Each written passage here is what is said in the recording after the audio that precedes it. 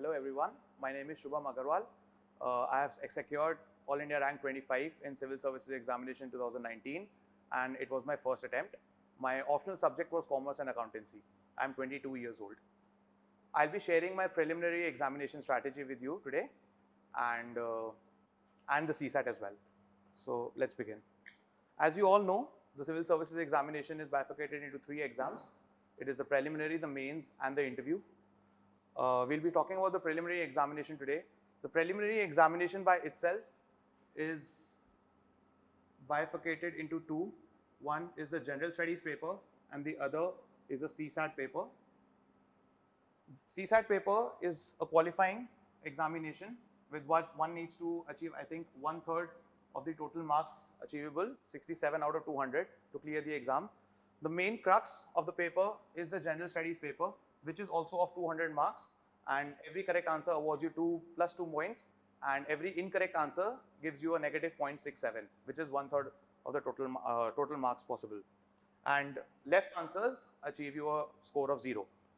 So it is bifurcated into +2 for every correct answer and minus 0.67. If you look at cutoffs in the previous years, the cutoffs have generally varied between 100 to 110. Some odd years it has gone to 116, and for the past 2 years it has remained at 98. So a general ballpark of 100 and 110 is the cutoffs expected in the preliminary examination. But as an aspirant, we all have to aim to cross that 110 mark to account for any eventuality or any circumstance which appears in the examination. I will be briefly talking about the subjects in the preliminary examination and my book list and my strategy of those particular subjects.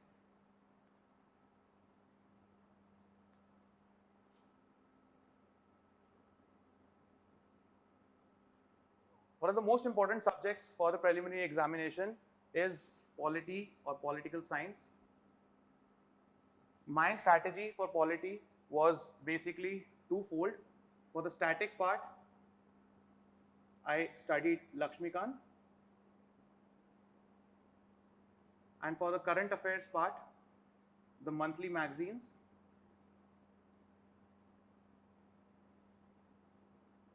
plus the newspapers.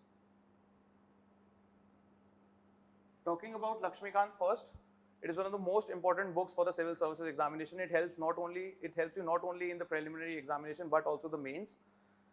This book is a bulky one, but it's not to be read cover to cover. If you study the previous year question papers, you'll understand what parts of the book are more important than the others. Some of the parts of the constitution like part 3, part 4, which deals with fundamental rights or DPSPs, are much more important than, let's say, some of the parts later in the constitution. So this book has to be revised. Like, I revised it at least 10 times before taking the final exam. It's up to our convenience, how comfortable are we with the particular subject. This book is very important and it basically covers all of your polity required for the civil services examination. When it comes to current affairs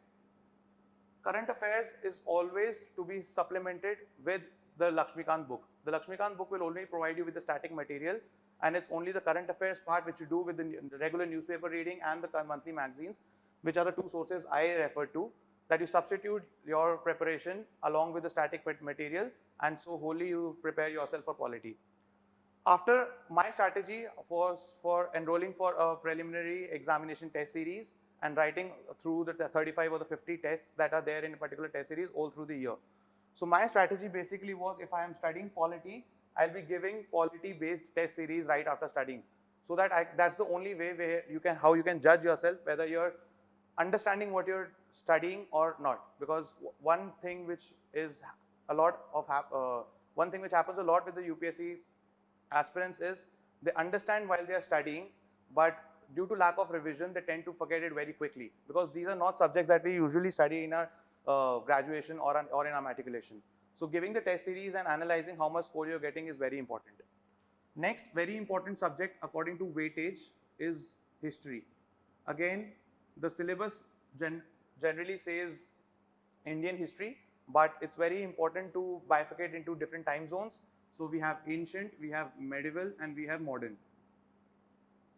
Then there is also another part which can be associated with history, is art and culture. These, as you can already say, are purely static topics, and basic books which every aspirant or every topper utilizes can be utilized for them. For ancient and medieval, I used old NCRTs. For modern, I used Spectrum by Rajiv Ahir sir.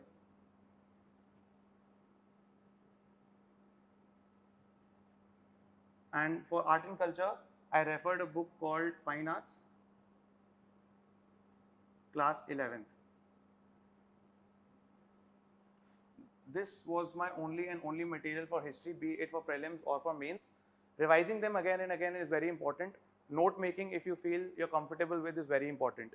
I did not make any notes for Spectrum, but these old NCRTs, I was not very comfortable with reading them again and again.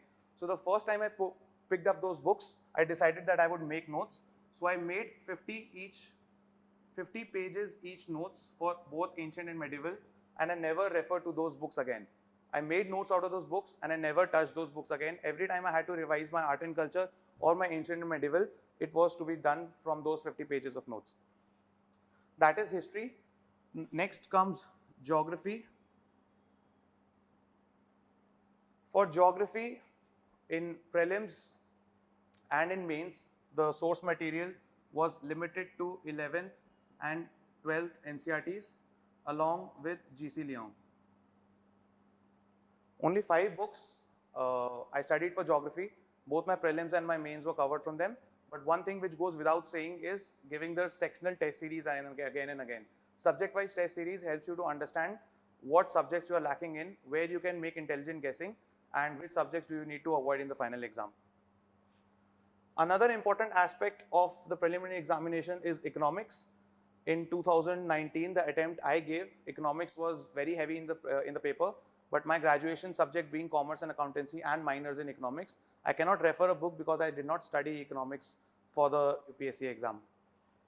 Other than that, general awareness questions comes. These can be linked to current affairs.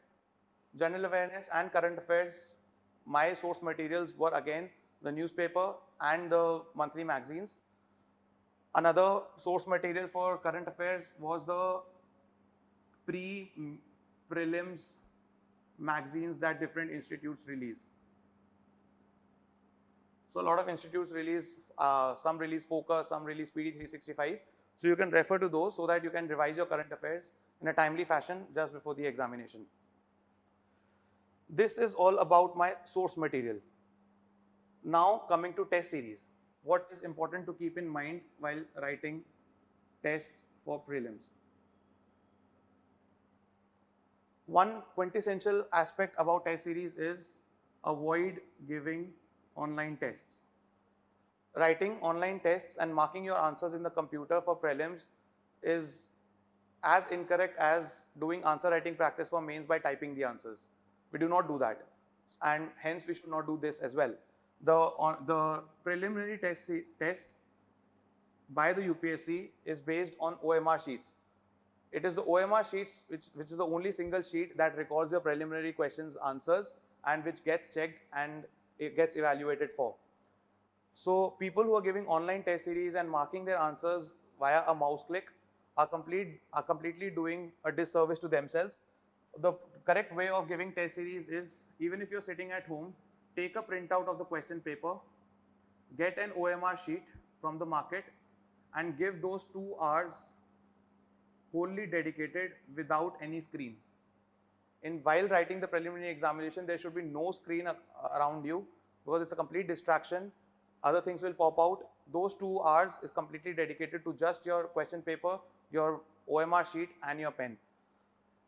Another very important aspect of test series is analyzing. Out of the 100 questions, different aspirants have different benchmarks of how many questions do they need to attempt. My ballpark was around 85, but I agree that it is on the lower end. A normal ballpark is 85 to 95 questions because achieving accuracy in preliminary examination is tough, and the more questions you answer, generally it happens is the more correct answers you get. So, but in my final exam, I was able to answer only 83 questions, out of which I got around 62 correct and 21 incorrect, which gives me a roughly score of 110. This is the score that one needs to achieve. This 83 or 95 or 100 or 70 is not of much importance till the time you are reaching this score. But to reach this score, you have to give a lot of tests and analyze. Now, how do you analyze what areas and how you are answering your questions and how are they coming up? So in one of the previous year's toppers video showed me a brilliant way to analyze how you're giving your test series. What one does is one makes a grid.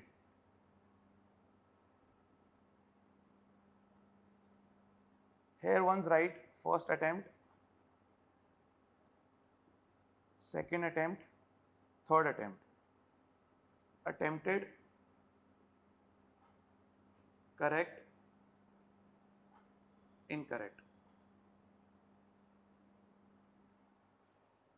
Now in the 2-hour period, what one has to do is not only go through questions once, not twice, but at least thrice. Go through the questions at least 3 times. In the first attempt, normally we mark the questions that we are sure about. Let's say out of the 100 questions, I am sure about 40 questions. So in my first attempt, I attempted 40 questions. These parts will come only after you have done giving the exams. In the time period of 2 hours, only this column is to be filled. Now I go for my second attempt. What I did was I used to do the questions in the second attempt, of which I was sure between 2 options. I had to take a call of 50-50. So if I was able to eliminate 2 options, I would take a call of 50-50, and let's say I attempted 25 questions in my second attempt.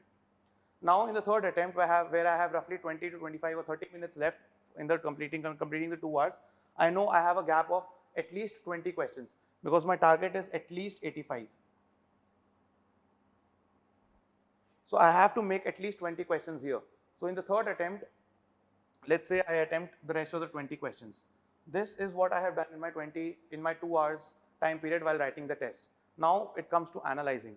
I check my answers, I read all the descriptions of the answers given, of which I have made incorrect answers to, and then I fill up this area.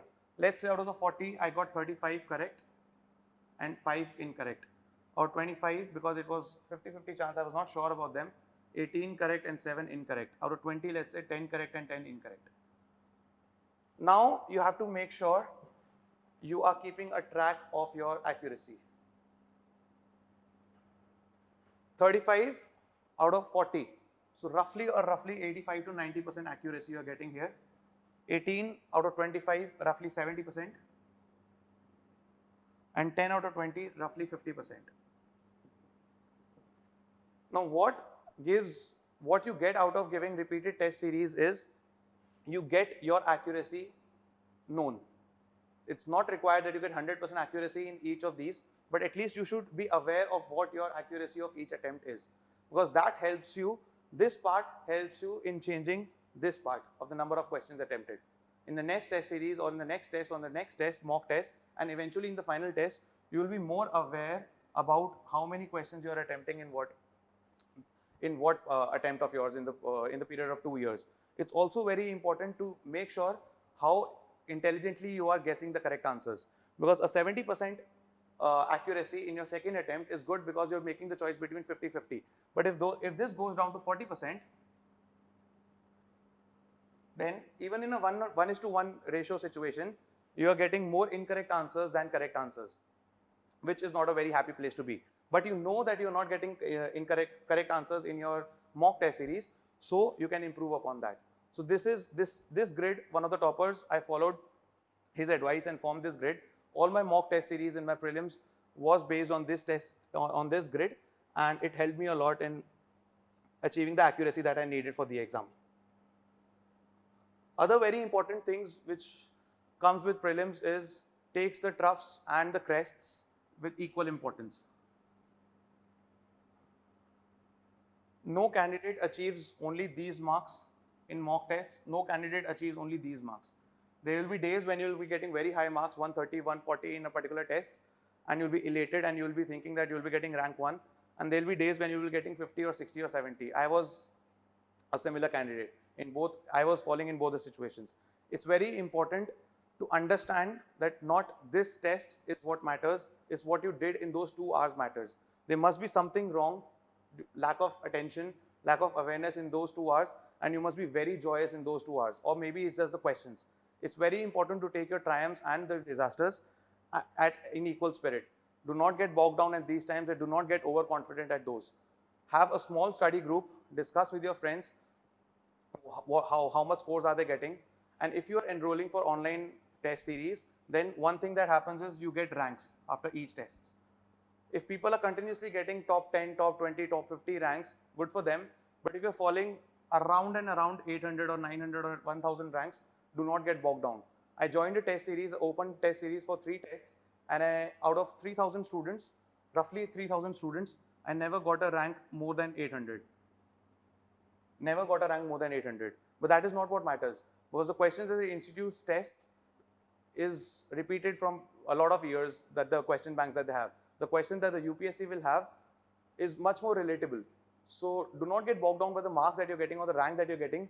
Just be focused on the process of giving the exam, of the process that you're spending those 2 hours with your pen and paper and your OMR sheet, of the process of understanding and becoming aware of how do you attempt questions, of the process of how intelligently you are able to guess your questions, how many of them are getting you the correct answers.